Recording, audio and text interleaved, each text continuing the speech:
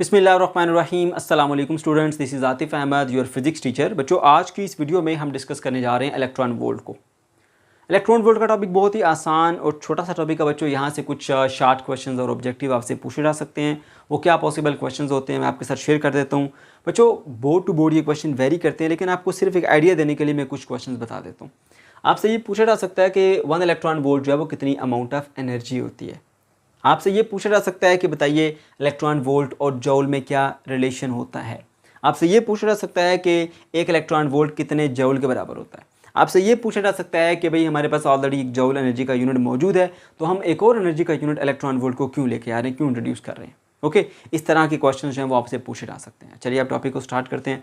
बच्चों, सबसे पहले मैं आपको ये बता दूं, कोई भी फिजिकल क्वांटिटी आप उसको मेजर करते हो, उसकी बड़ी वैल्यू भी हो सकती है और छोटी वैल्यू भी हो सकती है। लेंथ बहुत बड़ी भी हो सकती है, बहुत छोटी भी हो सकती है। अगर आप बहुत बड़ी लेंथ को मेजर कर रहे हैं, जैसे एक सिटी से दूसरी सिटी, तो आप उसके साथ एक बड़ा यूनिट इस्तेमाल करते हैं। बात समझ गए। और अगर आप कोई छोटी लेंथ मेजर कर रहे हैं तो आप उसी के मुताबिक एक छोटा यूनिट जो है वो इस्तेमाल करेंगे। बात समझ रहे हैं।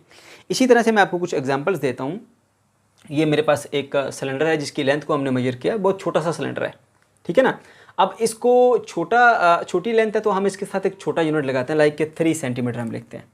लेकिन अगर मैं ऐसा करूं कि इस छोटे यूनिट की बजाय कोई बड़ा यूनिट इसके साथ लगा दूं, तो आप ऑब्जर्व करेंगे कि इसको अंडरस्टैंड करना मुश्किल हो जाएगा। अब ये 3 सेंटीमीटर को अगर मैं किलोमीटर्स में लिखता हूं तो ये लेंथ बन जाएगी 0.00003 किलोमीटर। अब इसके साथ आप उसको एनालाइज नहीं कर सकते, फ़ौरन से समझ नहीं सकते कि ये कितनी लेंथ है। लेकिन अगर मैं 3 सेंटीमीटर बताऊँगा तो आप फ़ौरन से समझ जाएंगे। इसका मतलब है कि अगर आपके पास कोई छोटी वैल्यू होती है तो उसके साथ आपको छोटा यूनिट लगाना चाहिए ताकि आप उसको अच्छे से एनालाइज कर पाएँ। अगर बड़ा यूनिट लगाएंगे तो आप उसको अंडरस्टैंड नहीं कर सकते। हम गोल्ड की बात कर लेते हैं, ठीक है। अब आपने बहुत थोड़ी अमाउंट में गोल्ड लेना है, लाइक 5 ग्राम।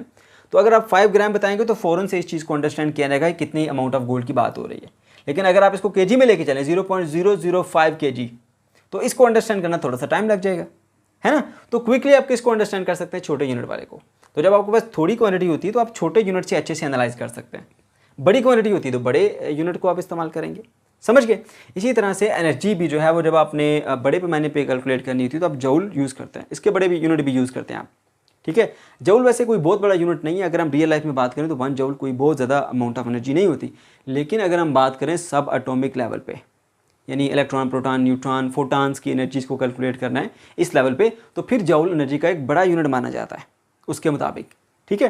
तो फिर हमें क्या, एक छोटे यूनिट की ज़रूरत पड़ती है। तो वो छोटा यूनिट हमारे पास आज ये इलेक्ट्रॉन वोल्ट है, ठीक है। तो चलिए अब हम सीख लेते हैं कि इलेक्ट्रॉन वोल्ट कितनी अमाउंट ऑफ एनर्जी होती है। उससे पहले कुछ आपको कंसेप्चुअल बातें बता देता हूँ। बच्चों देखो, ये हमारे पास एक पॉजिटिव प्लेट है, एक नेगेटिव प्लेट, इसके दरमियान इलेक्ट्रिक फील्ड सेटअप है, सही है। अच्छा, अब जो नेगेटिव चार्ज है ना, आपको पता है कि वो नेगेटिव प्लेट की तरफ नहीं जाता, अट्रैक्शन नहीं करता, उसको ज़बरदस्ती लेके जाना पड़ता है, और पॉजिटिव की तरफ अट्रैक्शन करता है, समझ गए। अब यहाँ पर मान लीजिए यहाँ पर पड़ा हुआ था ये चार्ज, इस पोजीशन पर पॉजिटिव के साथ चिपका हुआ था। मैं क्या करता हूँ जी, यहाँ पर इसको यहाँ से इधर लेके जाना है, इधर को डिस्प्लेस करना है। तो अगर मैं इधर डिस्प्लेस करूँगा तो मुझे वर्क करना पड़ेगा, ज़बरदस्ती इसको लेके जाना पड़ेगा। और अगर मैं छोड़ूंगा तो वो वापस भागा भागा इधर आएगा। ऐसा ही है ना। इसका मतलब ये है कि जब मैं यहाँ से इसको यहाँ लेकर गया, इसके पास एनर्जी स्टोर हो गई थी। इसकी गारंटी कैसे मिली हमें, यहाँ से वापस गया, एनर्जी थी तो वापस गया ना, वैसे तो नहीं जा सकता था, है ना।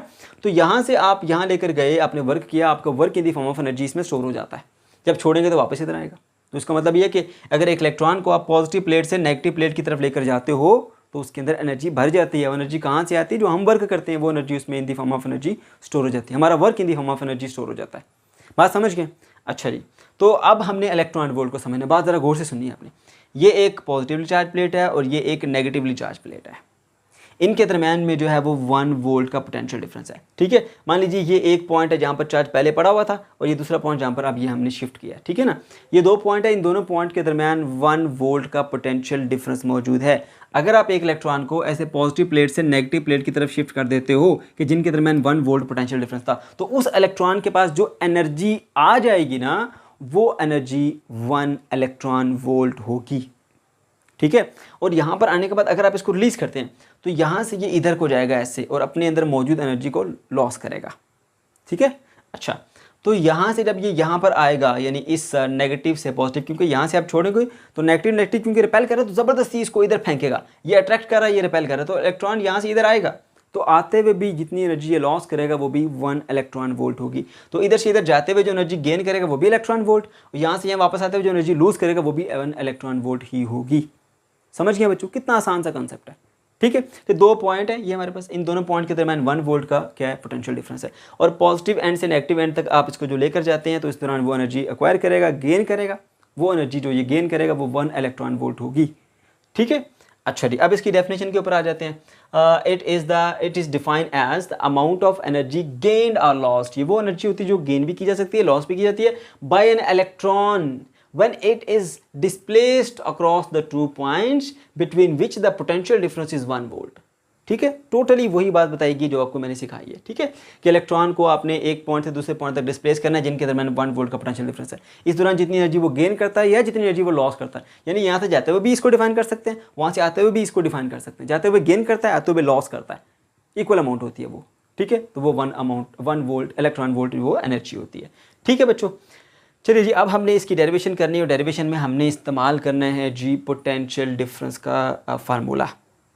ठीक है, अच्छा जी, अब आपको पता है कि यहाँ से यहाँ जाते हुए एक चार्ज था और चार्ज पर वर्क हुआ, और वर्क 1 वोल्ट पोटेंशियल के दरमियान में हुआ। तो हम इन सब को समझते हुए हमने एक फार्मूला इस्तेमाल किया पोटेंशियल डिफरेंस का। डेल्टा वी पोटेंशियल डिफरेंस आ गया इन 2 पॉइंट के दरमियान, वर्क वो जो यहाँ से हमने किया उधर जाते हुए, और क्यू जो है ये वो हमारे पास चार्ज बॉडी है, यानी इस इलेक्ट्रॉन के ऊपर जितना चार्ज है।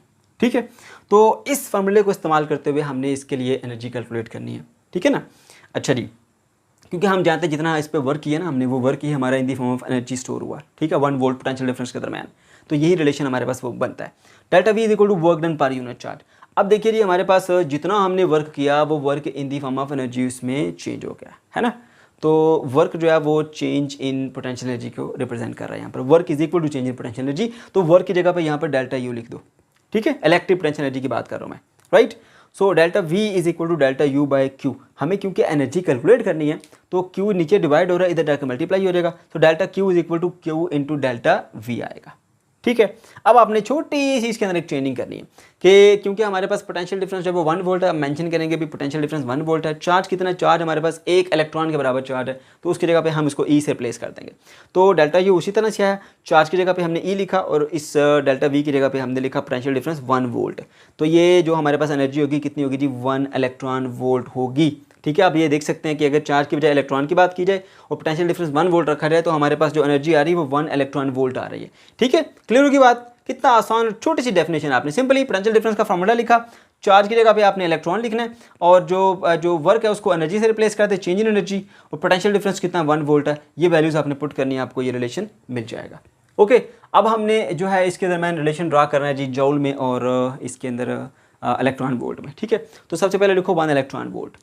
ई जो है ना हमारे पास इलेक्ट्रॉन वोल्ट, यानी ई वो चार्ज ऑफ इलेक्ट्रॉन है, वो कितना होता है, वो हमारे पास 1.6 × 10⁻⁻19 होता है कूलम। ठीक है, साथ में क्या आएगा, 1 वोल्ट आ जाएगा। बात समझ गए। अच्छा, अब 1 × 1.6 करेंगे तो 1.6 ही मिलेगा, यानी एज इट इज़ ये वैल्यू नीचे आ रहेगी, और ये कूलम और ये क्या हमारे पास वोल्ट। ठीक है, कूलम इंटू वोल्ट हमारे पास जॉउल होता है। कैसे जॉउल होता है मैं आपको बता देता हूँ। देखो, कूलम इंटू वोल्ट लिखो। वोल्ट क्या होता है, वोल्ट किसका यूनिट है, इलेक्ट्रिक पोटेंशियल का। और इलेक्ट्रिक पोटेंशियल हम इससे पहले लेक्चर में पढ़ चुके हैं, पोटेंशियल एनर्जी पर यूनिट चार्ज होती है, यानी एनर्जी पर यूनिट चार्ज। एनर्जी का यूनिट जॉउल, चार्ज का यूनिट कूलम, तो यानी जॉउल पर कूलम। तो आपने वोल्ट की जगह लिखा है जॉउल पर कूलम, तो कूलम कूलम से कट जाएगा यहाँ पर। ठीक है, और यहाँ पर क्या बचेगा आपके पास, जॉउल बचेगा। क्लियर हुई बात। तो यहाँ पे C इंटू वी यानी कूलम इंटू वोल्ट किसके बराबर होता है, जॉउल के बराबर होता है। So 1 electron volt is equal to 1.6 × 10⁻⁻19 joule आ जाएगा आपके पास। ओके बच्चों, ये था हमारा आज का टॉपिक। अगर आपको कोई कन्फ्यूजन है या किसी किस्म का कोई प्रॉब्लम है तो कमेंट सेक्शन के अंदर आप जरूर पूछ सकते हैं। अल्लाह हाफिज़।